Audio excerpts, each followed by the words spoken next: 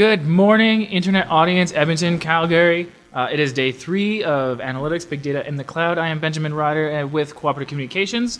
We are in Calgary, and I'm speaking with Paul Parzen, the president of the Calgary chapter of the Canadian Association of CIO. No.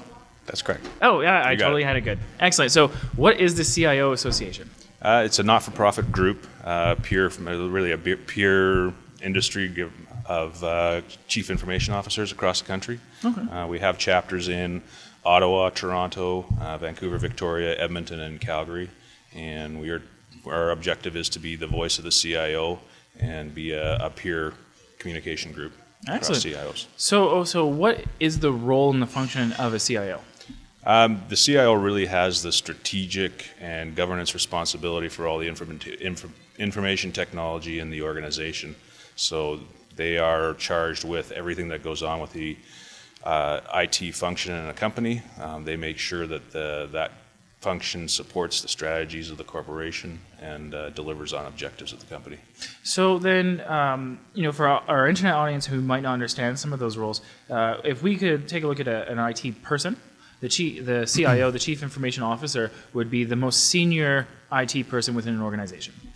Yes, in a lot of sense, that would cover it. All right, excellent. And so is it just a technical position, or are they doing more like information strategy? It's far less technical than you might otherwise think. The focus is really on the business. How does IT execute to make sure the business can do what it does to achieve the objectives of the corporation? Okay. And so how big is that? How big is the association? How many CIOs are there? Well, we have reports that there are approximately 2,600 CIOs in Canada, all told. Our membership right now is approximately 300 across the country. Okay. And so is that growing, the positions of CIO? And I think the profile is growing. They're becoming much more business leaders in the group. They are becoming the go-to person for achieving organizational goals. Okay. And so how long has the CIO Association been around? I'm not too sure. We've been around several years. The oldest chapters are in Toronto and Vancouver. The genesis was in Vancouver. Okay. And I think, we were talking earlier about a bit of a generation gap. I would imagine a lot of the CIOs are fairly older gentlemen who've been in their positions for some time and probably were around when computers were just coming in, right? Is that a fair assessment? It's a reasonable assessment. We get all kinds of age groups in this role. CIO is not a formal title in organizations. My title within my company formally is not CIO. It's really, we look at who's the head person of the CIO, who has all the responsibility and the governance of it. And they really can range from anywhere from 20-somethings up to retirement age. So we see cross generations. Okay. And so how are things changing?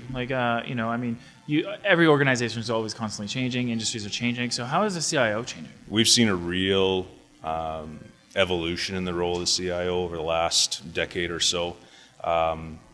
It's historically been viewed as a technical position, as you're the one that runs the computers and makes sure the lights stay on type person, to now much more business sector, much more business focused, talking with the executives about how we achieve the goals of the organization, not about technology, but about the goals and the objectives of the organization. I've heard a lot of talk in the last 2 days about how we're sort of changing our perspective. It used to be, that guy over there is the one who speaks computers and can deal with it, and the rest of us just trust is what he's saying. But now we're past that step where most of us know how it all works, and there's somebody who, if we don't know, that's the person we call. But dealing with the computers is no longer the position or the requirement anymore. It's how do we integrate them and how do we get them to move past just, how do we plug it together? We've already figured out how it all works. How do we use it? Can you talk a little bit about that and the evolution? We're seeing much more emphasis on integration of systems, and this conference is a highlight of that. How do you move data around between systems? How do you correlate that data, and how do you generate new information from that data that businesses can act on? And that's being an evolutionary role. Cool. And what are some of the mandates of CIO? Really organizationally, our mission is to be the voice of the Canadian CIO. We want to establish that communication network where members can freely communicate with other members if they've got issues or problem resolutions, and they want to see if anybody else has faced the same issue out there. And we want to develop the next generation of CIOs. So those individuals that are coming up through IT or other areas of the business, CIOs don't always come straight from IT. We want to be able to help those individuals develop and become the leaders that they can be. So we're going to go to break here in a bit, but I have one more question. Is there an international association for CIO? Like, is there, I mean, you're talking specifically here in Canada, but I mean, Canada isn't the only country incorporating this. So is there conversations happening on a global level?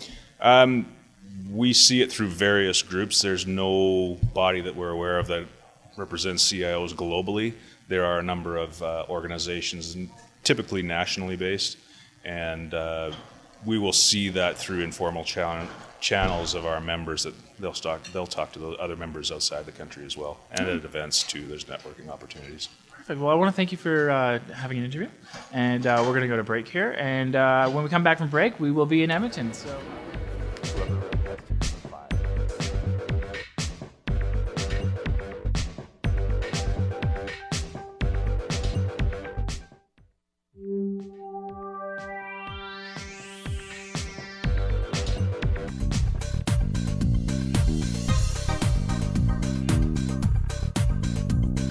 Join the conversation next year as more cities become data-driven. Become a community partner.